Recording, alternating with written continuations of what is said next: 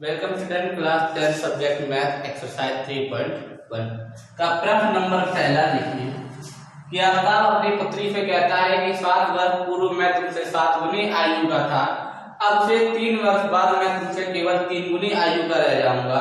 इस स्थिति को बीजगणितीय एवं ग्राफीय रूप में व्यक्त कीजिए। देखिए इस टाइप क्वेश्चन आपने पहले भी लगाए हैं और मोस्टली स्टूडेंट कहते हैं कि ये सब कंफ्यूज करते हैं। देखिए आप जितनी बार पढ़ोगे उतनी बार कंफ्यूज होगे क्वेश्चन में, तो आप करें ये नहीं है कि आपको पढ़ना नहीं, आपने एक बार पढ़ा उसके बाद आप दोबारा पढ़ते रहिए, पढ़ने के साथ साथ लिखते भी जाइए तो आपकी कंफ्यूजन अपने आप दूर हो जाएगी। एक चीज ध्यान रखें कि इसको सॉल्व नहीं करना है, हमें आयु ज्ञात नहीं करनी, केवल इसका एक कंडीशन को बीजगणितीय और ग्राफीय रूप में व्यक्त करना है।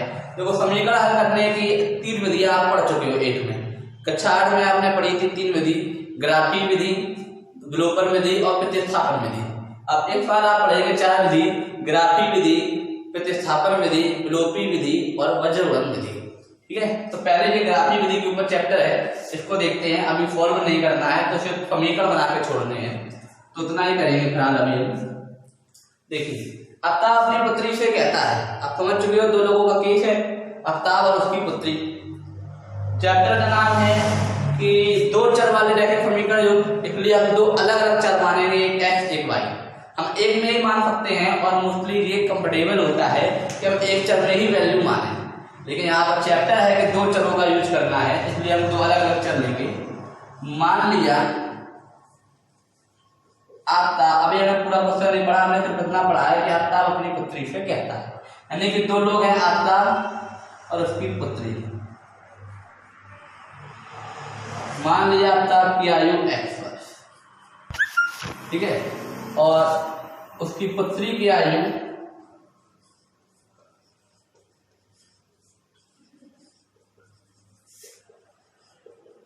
y वर्ष।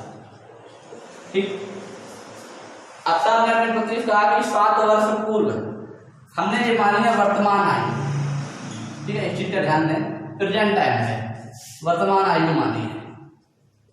ठीक, मैटर क्या है आफ्ताब और उसकी पुत्री के बीच, 7 वर्ष पहले की कहानी है, तो पहले करते हैं कि 7 वर्ष पूर्व जाते हैं। देखिए समय कभी किसी के लिए रुकता नहीं है, अगर पिता 7 साल के पहले की उम्र पिता की कम रही होगी तो बेटे की भी 7 साल उम्र पहले 7 साल की उम्र कम ही रही होगी। ठीक है, तो 7 साल पहले आफ्ताब की उम्र कितनी होगी, x-7 होगी। ध्यान देते हैं हम प्रश्नानुसार, आफ्ताब की उम्र कितनी होगी x-7 और उसकी पुत्री की कितनी होगी y-7। थोड़ा ऊपर लिख देते हैं।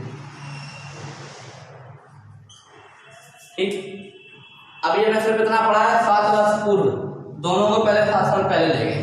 अब 7 साल पहले मैं यानी कि आफ्ताब ये तुमसे 7 गुनी आयु का था, यानी कि 5 साल पहले आफ्ताब 7 गुने थे पुत्री के, तो आपको ये मत कर देना है कि फिर से 7 कर दिया, भाई आप उसकी एज 7 साल कम करोगे तो ऑटोमेटिक 7 गुने हो जाएंगे। प्रश्न कह रहा है हमें समीकरण बनाने के लिए दोनों को बराबर करना होता है।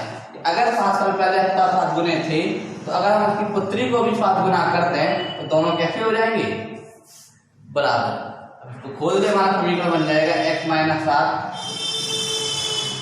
इसको थोड़ा साइड में करते हैं क्योंकि ग्राफ भी बनाना है। x-7 पुत्री को 7 गुना कर दें तो ये आफ्ताब के बराबर, x-7 बराबर 7y-49।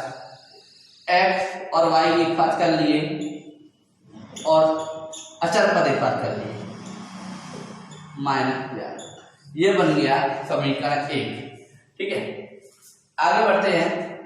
और अब से 3 वर्ष बाद, अब से अभी कितनी है x और y, अब से 3 साल बाद कितनी हो जाएगी, पुनः प्रश्नानुसार 3 वर्ष बाद आफ्ताब हो जाएगी x+3 के और पुत्री हो जाएगी y+3 की। मैं तुमसे केवल 3 गुने आयु का रह जाऊंगा, मैं कौन पिता 3 गुने रह जाएंगे। तो अगर क्वेश्चन के अकॉर्डिंग अगर हम पुत्री को भी 3 गुना कर दें तो दोनों कैसे हो जाएंगे, बराबर, x+3 3y+9, तो x-3y और 9 - 3 यानी कि 6। ये समीकरण 2। इसने कहा था एक स्थिति को बीजगणितीय रूप में व्यक्त कीजिए, तो हमने बीजगणितीय रूप में व्यक्त कर दिया। अगर आपको उसका आंसर निकालना होगा तो आप इन दोनों समीकरण को हल कर लोगे, एक्स और वाई की वैल्यू आ जाएगी। लेकिन फिलहाल इस क्वेश्चन में हमें ये नहीं करना है। अब बात करना है कि इसको ग्राफीय रूप में व्यक्त करना है, इसका ग्राफ बनाना है। तो पहले हम समीकरण 1 को लेते हैं, यहां ले लेते हैं x - 7y बराबर 42। तो x बराबर क्या हो जाएगा 7y - 42, -7y वहां चलेंगे। अब हमने कुछ वैल्यू ले लेते हैं हम, जैसे हमने ले लिया ऐसी कोई वैल्यू जिसको आसानी से हम लिख सकें। यदि हम x बराबर ले लें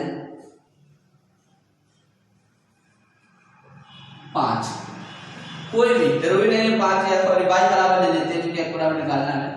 आप जरूरी नहीं हमें 5 या बराबर 5 का कोई भी x y कोई भी नंबर ले सकते हैं, इसलिए कि आपने जो y बराबर लिया उसी के अकॉर्डिंग x बराबर आना चाहिए। जैसे y बराबर 5 ले लिया तो x बराबर कितना आ जाएगा, कॉलम बना लेते हैं, ज्यादा आसान रहेगा। x का y बराबर 5 ले लिया, या मौखिक कर देते हैं आप उसमें कर सकते हैं।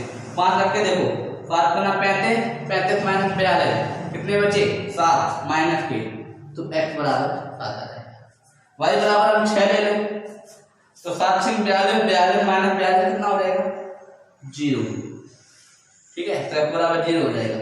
और यदि हम y बराबर हम 7 ले लें, 5 ले लिया, 6 ले लिया, 5 ले लिया, तो 7 7 49 माइनस 42 7, x बराबर 7 आ गया।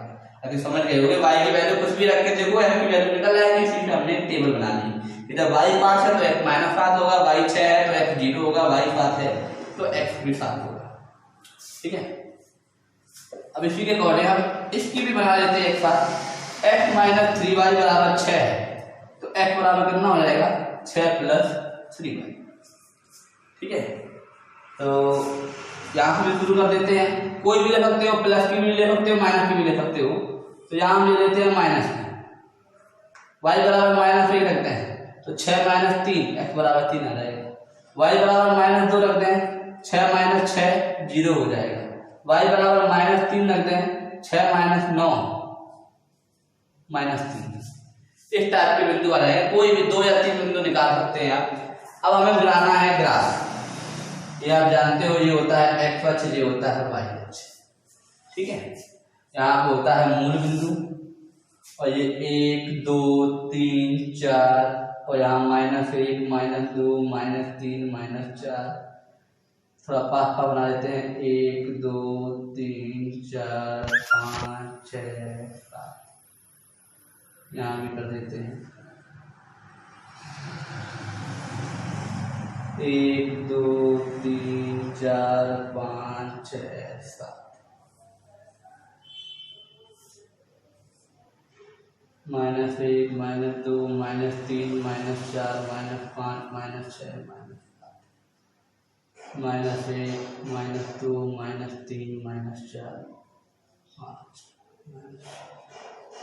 ठीक है। ये हमने ग्राफ बना लिया।